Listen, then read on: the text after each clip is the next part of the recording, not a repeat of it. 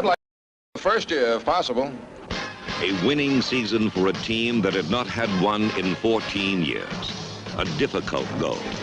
How would Vince Lombardi do it? It started with Sonny Jurgens reporting in the best condition of his career for Lombardi.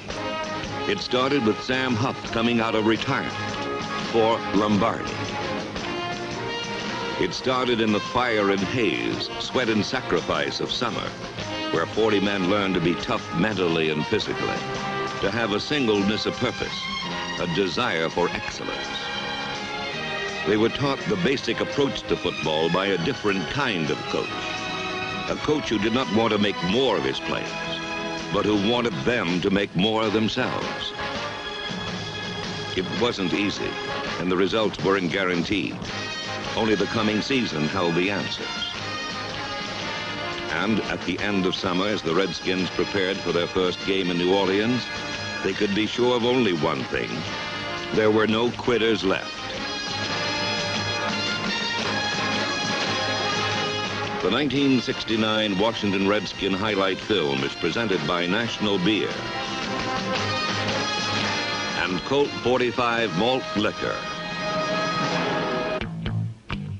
In New Orleans, the Saints fans had a message, and the Redskins defense went to work on it.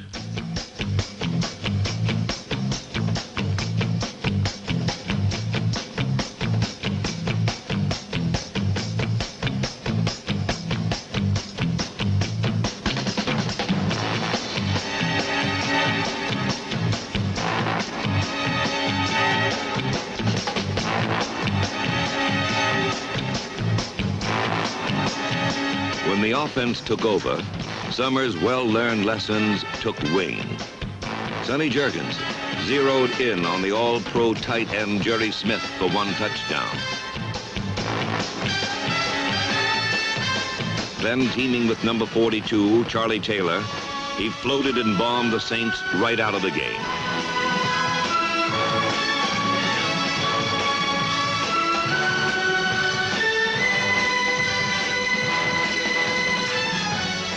Summer's sacrifices became a receding memory, forgotten in the ecstasy of victory, sweet victory.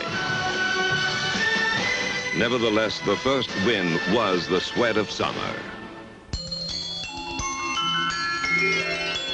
Next to Cleveland, Washington led late in the game. But the Browns slipped in under the wire, and the Redskins' record stood at 1-1.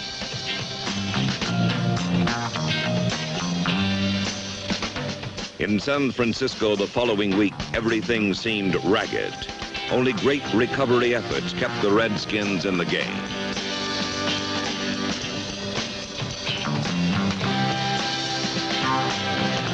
But the 49ers led late in the last quarter.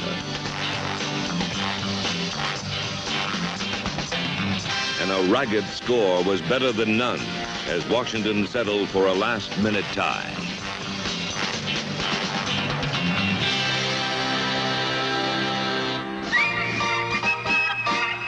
In the fourth week of the season, the Redskins finally came home. Thus far, it had looked like any other of the past 14 years. But filled with hope, the Washington fans came to see if this team, with this coach, was really any better. As far as St. Louis was concerned, the answer was quite plainly yes. First, number 37, Pat Fisher, intercepted to set up a score by Larry Brown.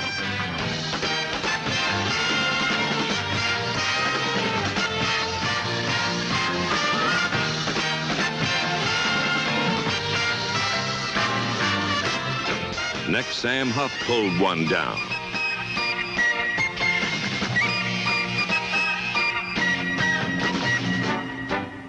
In a sideline conference, coach and quarterback set the play.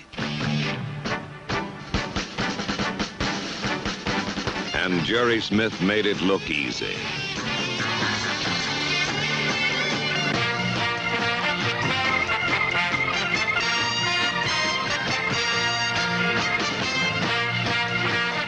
The Cards had to throw to catch up, But when they put the ball in the air, the Washington secondary tracked it down. It was Mike Bass on this one, which led to Charlie Taylor's score. Kurt Knight added 4 field goals, and St. Louis was desperate. But Pat Fisher again came up with the ball. And the Cards came up bloody, bowed, and beaten. The second win was for the defensive secondary.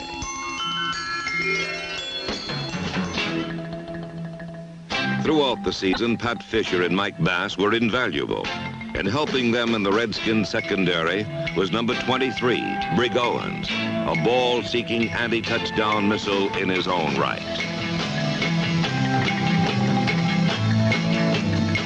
Number 46, safety Ricky Harris, led the team in interceptions and was the second leading punt returner in the league.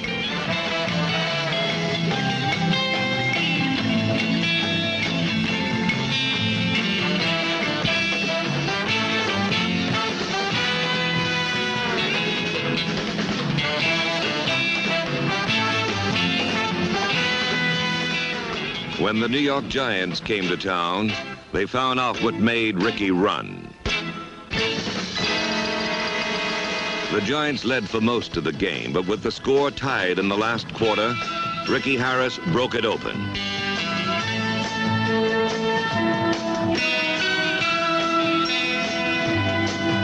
He broke it because in the Lombardi system, every man hustles. On this play, Harris was caught and passed by his blockers.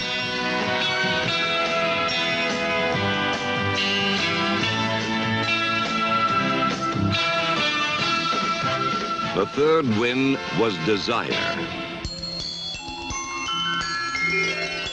Hustle, desire, second effort. Under Lombardi, they mean one thing: singleness of purpose. Get the ball, get the yards, get the victory. The Redskins learned that pain does not count, and they desired for the ball, the yards, the victory.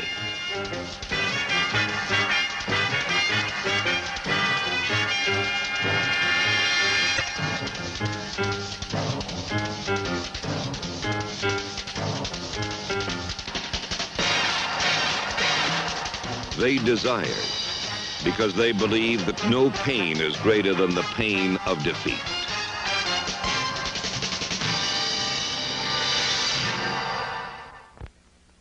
In Pittsburgh, the Steelers found it hard to stop Sonny Jurgensen, who passed for one touchdown and weaved his way to a second. That was all the Redskins needed, because the defense, led by its hitters and crushers, gave up only 7 points. Like hounds after a fox, they ran Steeler quarterback Terry Hanratty into the ground.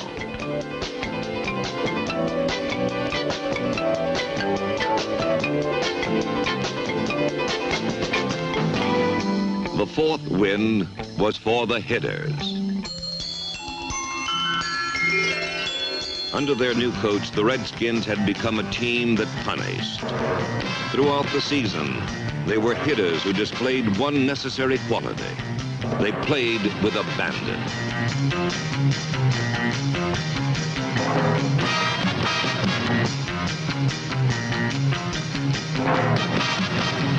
Dean of the hitters, middle linebacker Sam Huff personified the Lombardi credo.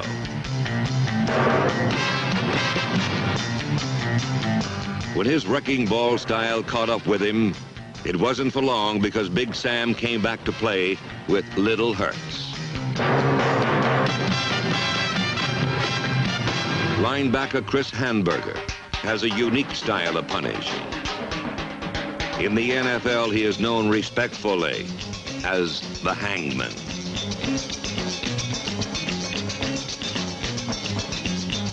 And many opponents came to learn the black and blue ballad of Big Sam and the hangman.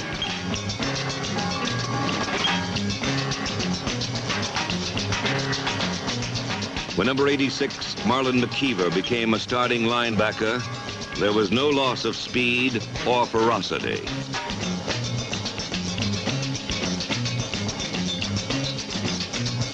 What the hitters didn't get to handle had already been doomed to the front line. The crushers, Musgrove and Bosch, Carroll, Camera and Hoffman, Crane and Norton.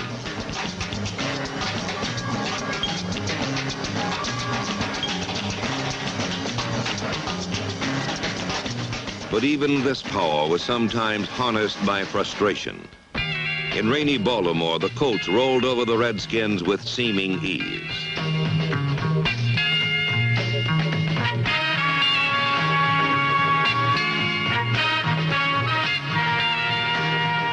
When the Rams came to town, their defense mauled the Washington attack.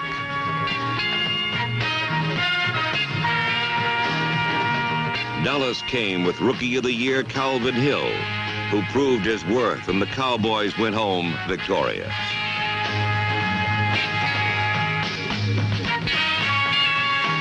When the two teams met in Dallas, the contest was closer, but the result was the same: frustration and defeat. For the Redskins, the season's peak of frustration came at home on Flag Day.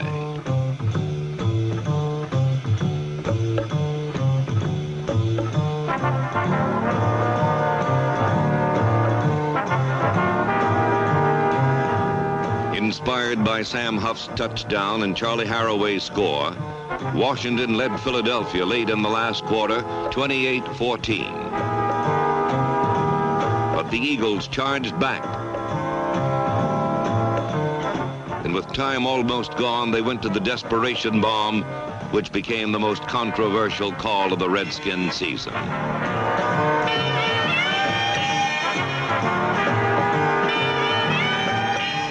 The truly disappointing last-minute tie did not sit well with many people. When the Falcons visited the Capitol, they brought a potent ground game.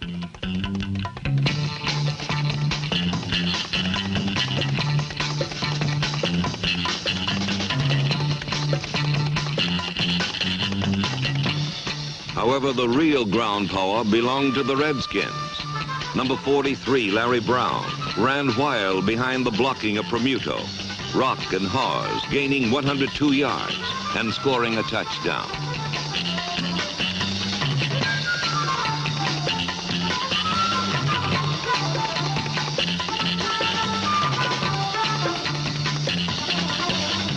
When he found himself in trouble, Jurgensen went to number 31, Charlie Haraway. And behind blocks by Snowden and Schenke, Charlie streaked 64 yards for the winning touchdown.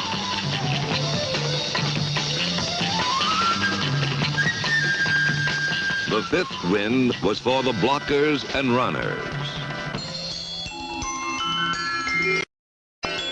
Throughout the season, Charlie Haraway rammed and churned his way goalward.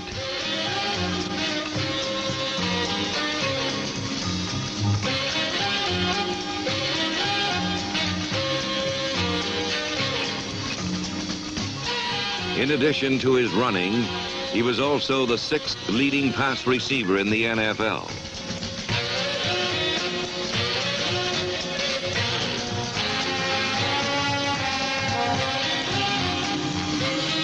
Larry Brown from Kansas State had some problems in the beginning. But once the first-year man hit his stride, he rushed for 888 yards. The most ever by a Redskin rookie.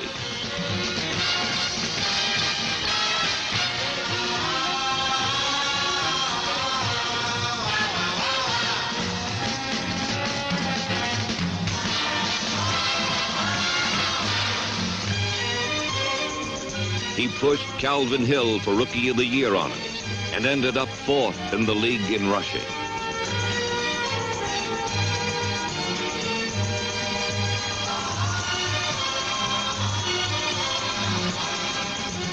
After much concern, the fans were happy to find that the Redskins' running game was alive and devastating.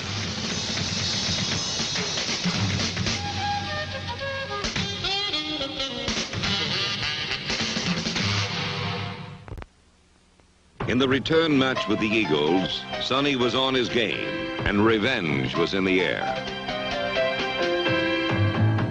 But so was sleet, and the AstroTurf became the Astro Rink. On the slick surface, Washington's fire sputtered and went out.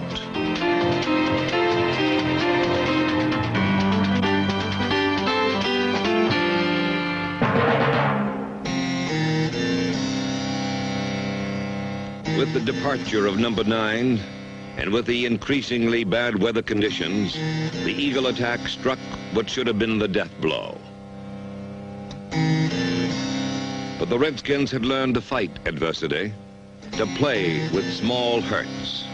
Sonny returned to the game. The offense crashed for one touchdown.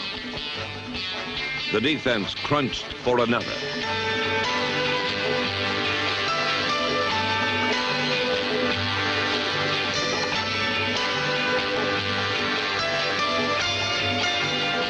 The golden arm fired, and Jerry Smith came up with a miracle.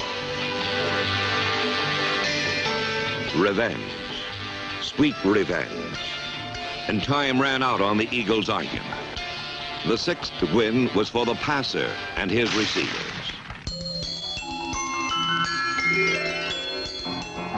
The nerve center of any team is the quarterback, an on-the-field extension of the coach. In Sonny Jurgensen, Vince Lombardi has what he calls the best quarterback he's ever seen. No one argues. Sonny's style of scrambling defies imitation.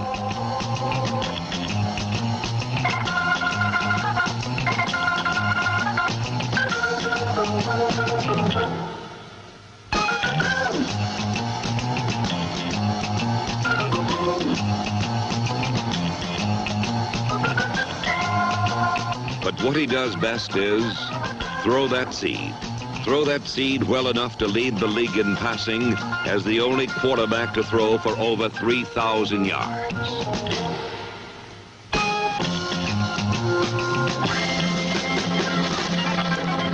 A passer needs good receivers, and Jerry Smith was a touchdown machine. In 3 of the last 4 years, he's been the leading tight end receiver in the NFL.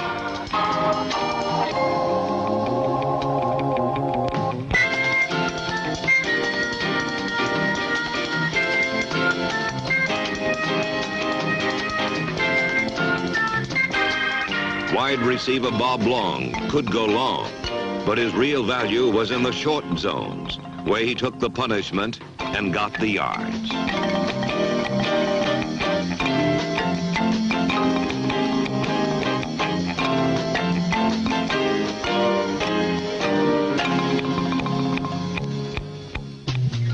Wide receiver Charlie Taylor, always smiling, because he knows you're not going to get him. He'll get you.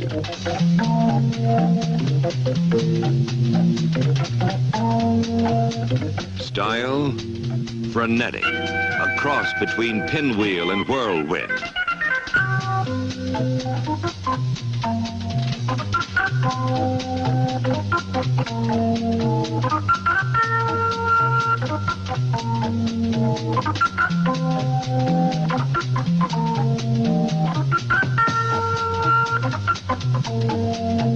Moves uncanny and frustrating to most opponents.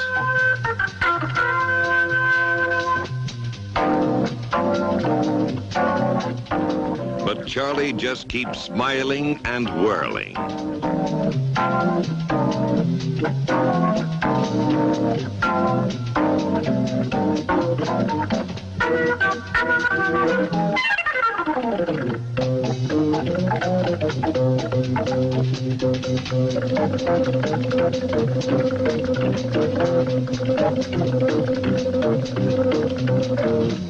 The only way to beat him is to cheat him. But if you cheat the NFL's second leading pass receiver, then you'll watch him going away.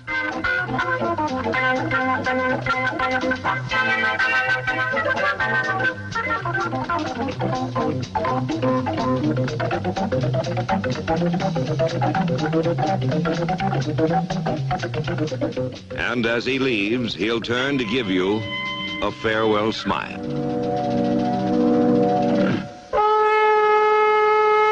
Go, Redskins, go! Yeah, Washington! Yeah, Go Redskins! Redskin luck, right here, Peanut. all right. Get him while the last is going fast. The Peanut Man is here last. Washington's last home game of the year was against the Saints.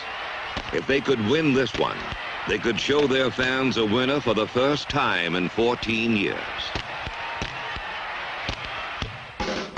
In the first half, the secondary smothered the Saints' air attack.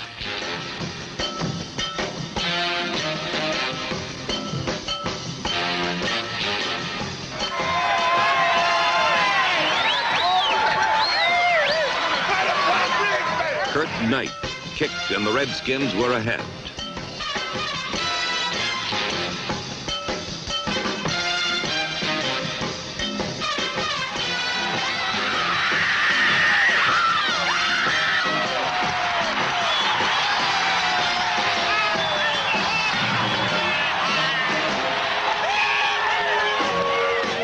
Two scores by Charlie Haraway made it 17-0 at the half. And the fans sensed a new day dawning in Washington.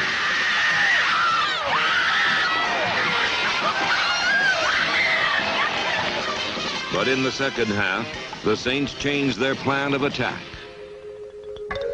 They went to the ground, and they went to the end zone. The game was slipping away, and with it the Redskins' hopes for a winning season.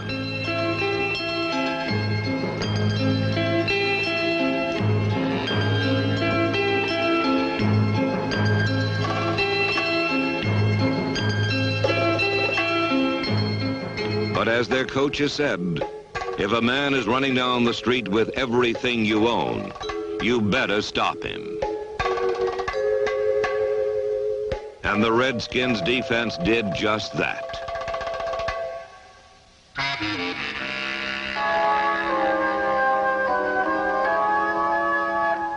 They made their own break. And after 14 lean years, they came up a winner.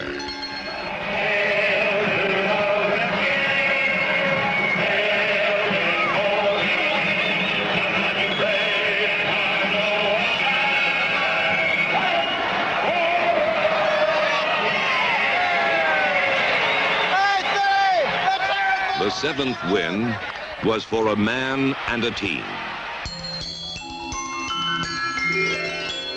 As Vince Lombardi left the field, the season must have echoed in his mind. I'd like to have a winner the first year, if possible. A winner the first year, if possible. They had won. They had won, and in every way possible. They had won with guts and sincerity.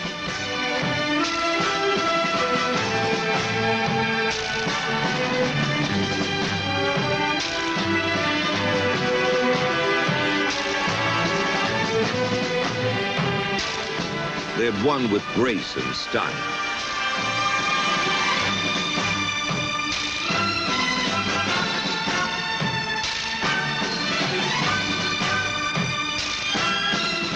They had won with courage and singleness of purpose. In the end, Vince Lombardi did not make more of these men, but he did make them make more of themselves. Next year, there'll be more victories and perhaps a title. Because for this man and for this team, all things are possible.